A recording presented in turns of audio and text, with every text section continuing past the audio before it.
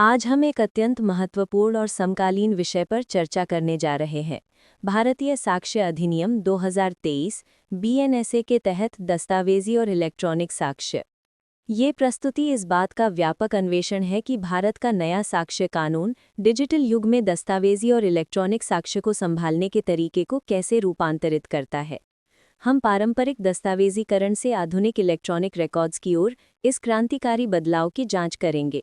साथ ही कानूनी रूपरेखाओं, प्रमाणीकरण के तरीकों और कानूनी पेशेवरों के सामने आने वाली व्यावहारिक चुनौतियों का भी पता लगाएंगे। हम भारतीय साक्ष्य अधिनियम 2023 के परिचय से अपनी यात्रा शुरू करते हैं। बीएसए 2023 151 साल पुरानी भारतीय साक्ष्य अधिनियम 1872 की जगह लेता है। ये आधुनिकीकरण भारत की कानूनी ढांचे को समकालीन तकनीकी वास्तविकताओं और डिजिटल परिवर्तनों के अनुकूल बनाने की प्रतिबद्धता को दर्शाता है। नया अधिनियम इस मौलिक बदलाव को मान्यता देता है कि 21वीं सदी में सूचना का निर्माण, भंडारण और प्रसारण कैसे होता है। ये इलेक्ट्रॉनिक रिकॉर्ड, डिजिटल हस्ताक्षर और विभिन्न तकनीकी साक्ष्यों को संभालने के लिए व्यापक दिशा निर्देश प्रदान करता है, जिन्हें औपनिवेशिक युग के कानून में या तो शामिल नहीं किया गया था या अपर्याप्त रूप से संबोधित किया गया था। इनमें से कुछ प्रमुख विधायी अपडेट हैं। इलेक्ट्रॉनिक और डिजिटल साक्ष्य को प्राथमिक साक्ष्य के रूप में व्यापक मान्यता। न्यायिक कार्यवाही में इलेक्ट्रॉनिक रिकॉर्ड की स्वीकार्यता के लिए प्रावधानों को सुव्यवस्थित करना। आधुनिक क्रिप्टोग्राफिक मानकों को दर्शाते हुए प्रमाणीकरण तंत्र को अपडेट करना। पारंपरिक दस्तावेजों और इलेक्ट्रॉनिक रिकॉर्ड्स के बीच अंतर करने वाली स्पष्ट परिभाषाएं देना। दस्तावेजी साक्ष्य कानूनी कार्यवाही की रीढ़ है। बीएसए 2023 पारंपरिक परिभाषा का विस्तार करता है ताकि आधुनिक दस्तावेजीकरण विधियों के पूरे स्पेक्ट्रम को शामिल किया जा सके। पारंपरिक दस्तावेज भौतिक कागज, मुद्रित सामग्री और हस्तलिखित रिकॉर्ड होते हैं, जैसे कागज पर अनुबंध और भौतिक पत्र। वहीं आधुनिक डिजिटल रिकॉर्ड में किसी भी माध्यम में संग्रहित इलेक्ट्रॉनिक जानकारी शामिल है, चाहे वो कंप्यूटर, सर्वर या क्लाउड स्टोरेज सिस्टम पर हो।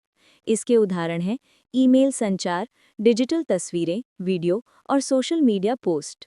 अधिनियम ये स्पष्ट मान्यता देता है कि उचित प्रमाणीकरण और प्रस्तुति पर दोनों रूपों का समान साक्ष्य महत्व है। ये भौतिक और इलेक्ट्रॉनिक दस्तावेजों के बीच किसी भी पदानुक्रमिक अंतर को समाप्त करता है।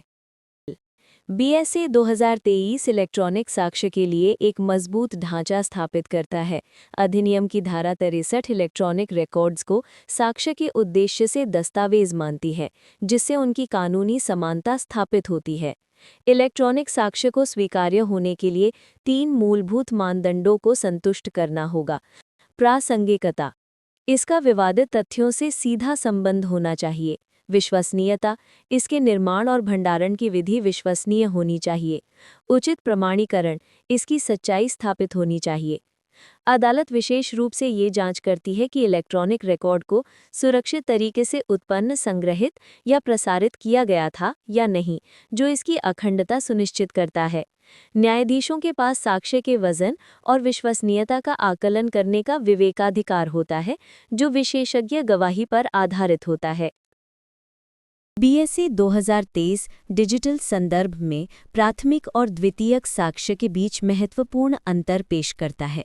प्राथमिक साक्ष्य पारंपरिक दस्तावेजों के लिए स्वयं मूल दस्तावेज ही रहता है, लेकिन इलेक्ट्रॉनिक रिकॉर्ड्स के लिए मूल स्रोत से प्राप्त कोई भी प्रिंटआउट, प्रतिलिपि या इलेक्ट्रॉनिक रूप प्राथमिक साक्ष्य माना जाता है, बशर्ते ये दिखाया जा सके कि ये मूल डेटा को सटीकता से दर्शाता है।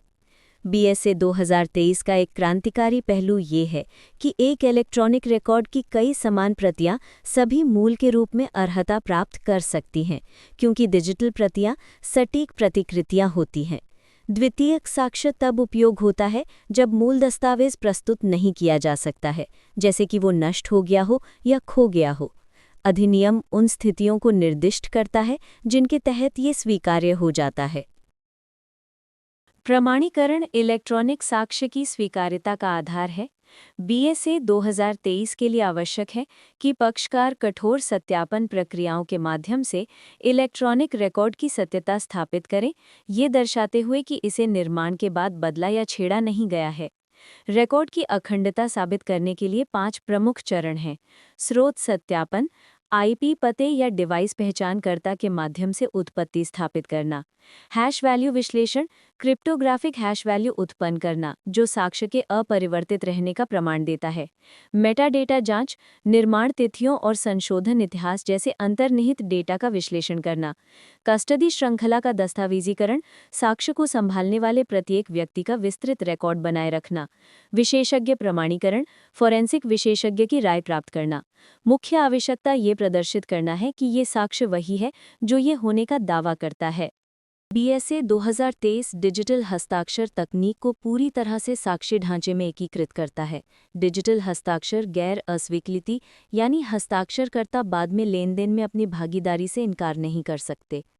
इसके अतिरिक्त बायोमेट्रिक प्रमाणीकरण जैसे कि फिंगरप्रिंट, चेहरे की पहचान और ब्लॉकचेन सत्यापन जैसी प्रौद्योगिकियों को भी मान्यता दी गई है।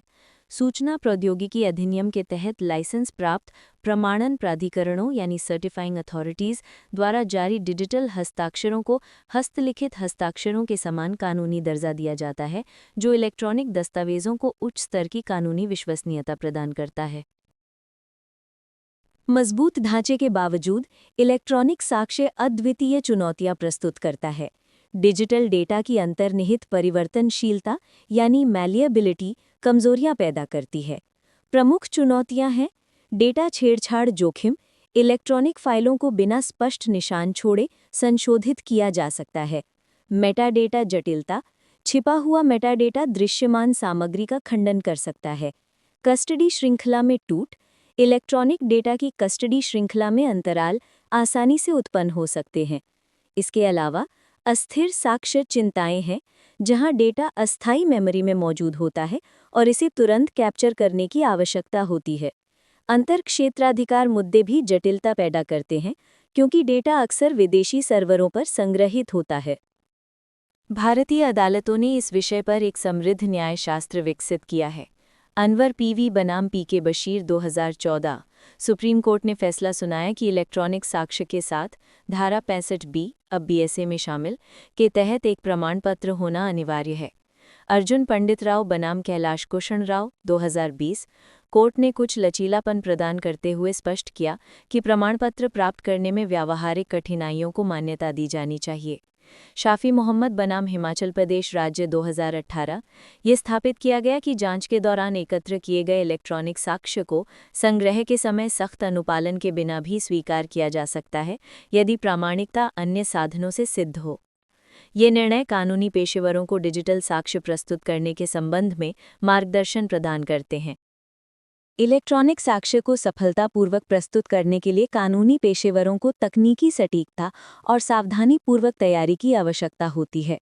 कुछ व्यावहारिक दिशा निर्देश इस प्रकार हैं। प्रारंभिक साक्ष्य पहचान, अस्थिर डेटा को संरक्षित करने के लिए शीघ्र ही फोरेंसिक विशेषज्ञों को संलग्न करें।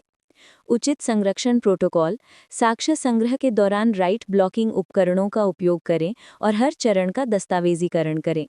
प्रमाणन अनुपालन, साक्ष्य उत्पन्न करने वाले कंप्यूटर के नियंत्रण वाले व्यक्तियों से बीएसए के प्रासंगिक प्रावधानों के तहत आवश्यक प्रमाण पत्र प्राप्त करें। विशेषज्ञ गवाह तैयारी, योग्य डिजिटल फोरेंसिक विशेषज्ञों को तैयार करें जो तकनीकी अवधारणाओं को आसानी से समझा सके। दस्तावेजी आवश्यकताएं, विस्तृत कस्टडी श्रृंखला लॉग, हैश वैल्यू, मेटाडेटा और फाइल गुणों के स्क्रीनशॉट बनाए रखें। निष्कर्ष में बीएसए 2023 साक्ष्य कानून में एक महत्वपूर्ण प्रगति है। सफल कार्यान्वयन कानूनी पेशेवरों द्वारा तकनीकी क्षमता विकसित करने और कठोर साक्ष्य हैंडलिंग प्रोटोकॉल अपनाने पर निर्भर करता है। डिजिटल युग में प्रभावी वकालत के लिए उभरती प्रौद्योगिकियों पर निरंतर शिक्षा आवश्यक है। धन्यवाद।